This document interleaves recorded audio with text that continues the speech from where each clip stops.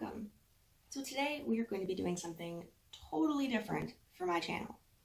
Today we are going to be learning something. So I had alluded to this research project so very many months ago, and it has taken me a while to gather all of the information, write the script, turn complicated intellectual property law into layman's terms and whatnot. But finally, I have completed the answer to the question, are dupes legal? Are dupes illegal? You will find out. So, I'd initially thought of this idea because every time I Googled whether or not dupe cosmetics were legal, short of information on counterfeiting, which is very, very much illegal, there isn't a whole lot of information. There are op-eds, there are just so many opinion pieces, but concrete evidence based on the laws with regard to intellectual property in the US or elsewhere is noticeably absent. I made the decision to start the research project with the intent of creating a video, and it was kind of on the back burner because, let's face it, if you're going to do in-depth research on any topic, it is going to take you a lot of time and effort, and considering this is a hobby for me, I wasn't necessarily willing to expend all of that effort. However, recently I have been seeing the word plagiarism pop up so very frequently when discussing dupe palettes. And every single time I see someone state that what Bad Habit Beauty, for instance, does is plagiarism, or I was recently watching Makeup Struggles and she had made a comment about certain brands getting a plagiarism pass. And every time I hear the word plagiarism in reference to dupe cosmetics, I start to type a very long, detailed response, and then I stop myself and I remember, hey, you wanted to do this video. So this is a very long introduction, but we are going to get into it now. First off, the disclaimer. I am not an attorney. I do not practice in intellectual property law. If you are seeking legal advice for a specific situation, please contact a licensed, barred attorney who practices in intellectual property law. Disclaimer part 2. When I am discussing dupe or knockoff cosmetics, what I am not talking about are counterfeit products. The primary difference between a dupe or knockoff or inspired cosmetic item and a counterfeit cosmetic item is the issue of trademark infringement. When you are counterfeiting a product, you are creating a product that looks substantially similar to something already on the market, taking the original brand's logo, their trademark, putting it on your fake product, and then attempting to deceive consumers into believing that they are purchasing the real thing. That is absolutely not what we are talking about today. Counterfeiting and the trafficking of counterfeit goods is illegal and it is governed by federal law. I will leave some informational links below, and I will do that throughout the video so that if you are interested in learning more, you can do your own due diligence. But suffice it to say, do not counterfeit cosmetics. Moving on, I will be focusing for the entirety of this video on the law as it pertains to the United States of America. The reason that I am limiting the scope of this information to the United States is simply because different countries have vastly different laws when it comes to intellectual property and how it can be protected and prosecuted when there is an infringement. Furthermore, different countries often have vastly different legal systems. What we have here in the United States is referred to case law or common law. I will link a video below by Jason Gordon that gets into detail on the differences between our legal system and the second most common legal system, which is statutory or civil law. I will note that if there's enough interest, I am willing to expand this Learning Something series to include law in the UK and beyond. Again, it will require more research. I'm not going to be popping out a video tomorrow. However, if it is something that interests you, please leave me a comment. Let me know where precisely you're interested in learning about, and I will do my best to brush up on that. Getting down to business.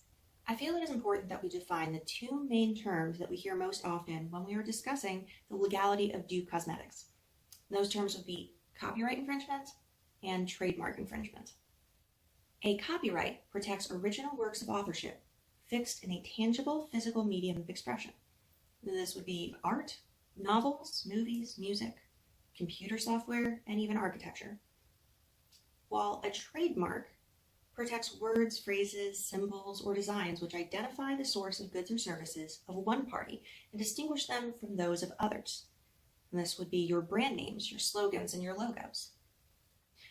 Although it is not a legal requirement to register your copyright or trademark, the registration of your company logo or original work is required in order to exercise the right to take legal action to prevent infringement by other businesses or individuals. So what does this have to do with makeup? For the duration of this discussion, I will be using the example of an eyeshadow palette dupe. I feel like this will just simplify the entire process. Although I know everything from lipsticks to highlighters and even perfumes can be duped, with the prevalence of shop hush and brands that essentially specialize in creating inspired copies of original works by big name brands for considerably less money, I feel like this is the most apt in our current beauty community climate. Let's take a quick look at what is happening here. So, Company A designs, creates, manufactures, markets, and ultimately sells through their own company or authorized retailers an eyeshadow palette. And this palette is subjectively expensive through a combination of the time, efforts, collaboration costs, and a myriad of other factors, up to and including the brand's pricing in general. Then Company B sees an opportunity to capitalize on the success of or the hype surrounding Company A's product. Then they begin their own process of manufacturing, marketing, selling a duplicate palette. This will generally be priced far below what Company A could ever hope to sell their eyeshadow palette for. Things like the ingredients, where the palette is manufactured, not having a high-end price tag associated with most of their products. All of this goes into the price reduction when you're looking at a dupe palette. I'm going to take a moment to digress into my own personal opinion when it comes to this toss-up between Company A's original product and Company B's duplicate. This is outside of the legal information that I am providing. This is just my own thought process on the dupe situation as it stands. Of the tens or hundreds of thousands of people that will purchase a duplicate eyeshadow palette from Company B, you have to be aware that they're not purchasing from Company A to be stingy. In a lot of cases, with how quickly the beauty trends move, with how many new releases there are out there, there is a large segment of the population that simply does not have the ability to keep up with these trends and pay 40-something or more dollars per eyeshadow palette. It's simply not possible. So while influencers or people who otherwise have the ability to afford Company A's products, but they are choosing to skip that entirely in favor of cheaper dupes, may seem morally shady, I would be willing to wager that the vast majority of the people purchasing duplicate palettes simply don't have the means. And if there was no duplicate palette, they just wouldn't have that eyeshadow collection. I know personally, as much as I like to spend money on makeup, as much as I love my collection, I can't bring myself to spend $42 on Modern Renaissance if I can spend $12 on the Royals palette and get something which is substantially similar, even if the quality isn't exactly the same. And I'm willing to bet a lot of people feel the way I do. Everyone who wants an Anastasia Beverly Hills palette is still going to buy one, and I don't believe that dupe palettes are really undercutting their profit margin as much as they would like to claim. Because again, if you can't afford to spend $42 on an eyeshadow palette, you're not going to spend $42 on an eyeshadow palette, whether there is a less affordable, whether there is a less expensive, rather, option or not.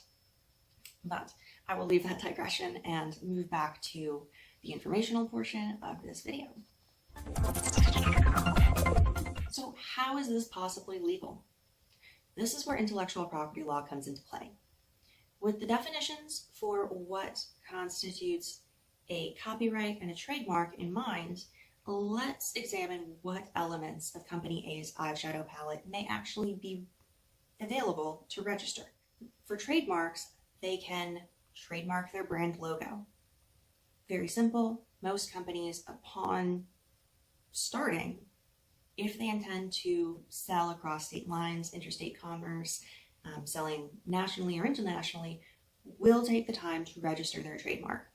It protects their trademark against infringement by other companies, and it acts as notice that they intend to use this trademark on their products going forward.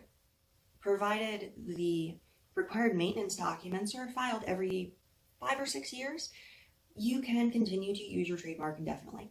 So the second this company came into being, they most likely registered their trademark, and they were allowed to use it on all merchandise that they described in their initial application, in this case, cosmetics. Copyrights.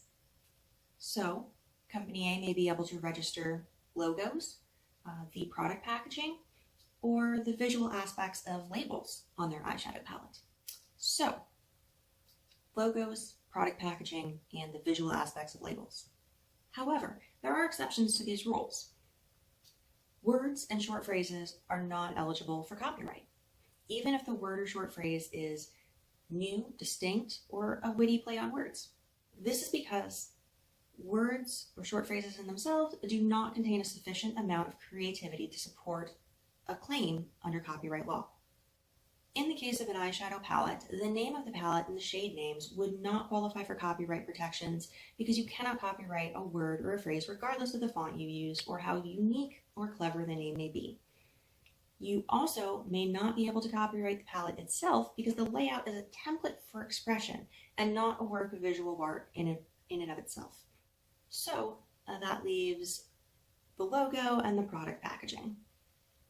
While the logo and packaging design may be eligible for copyright, familiar symbols, designs, or a simple combination thereof, for example, things like hearts, diamonds, stars, or the yin-yang, common patterns like the chevron or polka dot, commonly used symbols that do not require creative effort or already in the public domain, such as gender symbols, warning signs, or navigational symbols, are also not eligible for copyright protections. In order for a logo or the packaging of this palette to be registered for copyright, the work as a whole must contain sufficient amount of creative expression.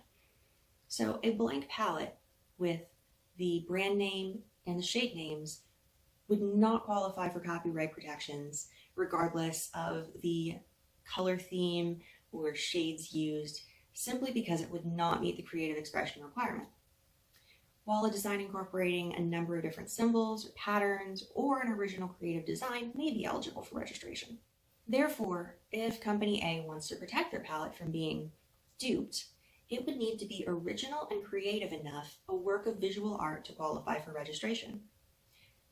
This would not include protections for the name of the palette or the shade names, nor would it necessarily protect the colors being used in the palette, because a color in and of itself, similar to a name, is not a creative work of art. Most likely, they would only be protecting the packaging design from being used in a dupe palette. And really, how often does Company B duplicate a palette down to the packaging exactly? Almost never, right?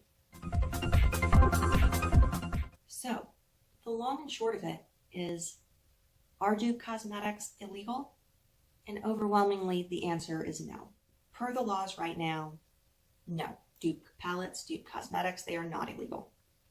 Carry on. Bad habit beauty. I really want to check out those new Huda Obsessions dupes. Y'all heard me. I hope that you had a wonderful day or night, depending on when you're watching this, and I hope that you learned something. If you like my face and the information that I provided and you want to see more, leave me a comment. Let me know something else that you would like to learn about, and I will start another way too long research project. But until then, I hope you subscribe and stick around, and if you do, I will see you in the next video. Peace.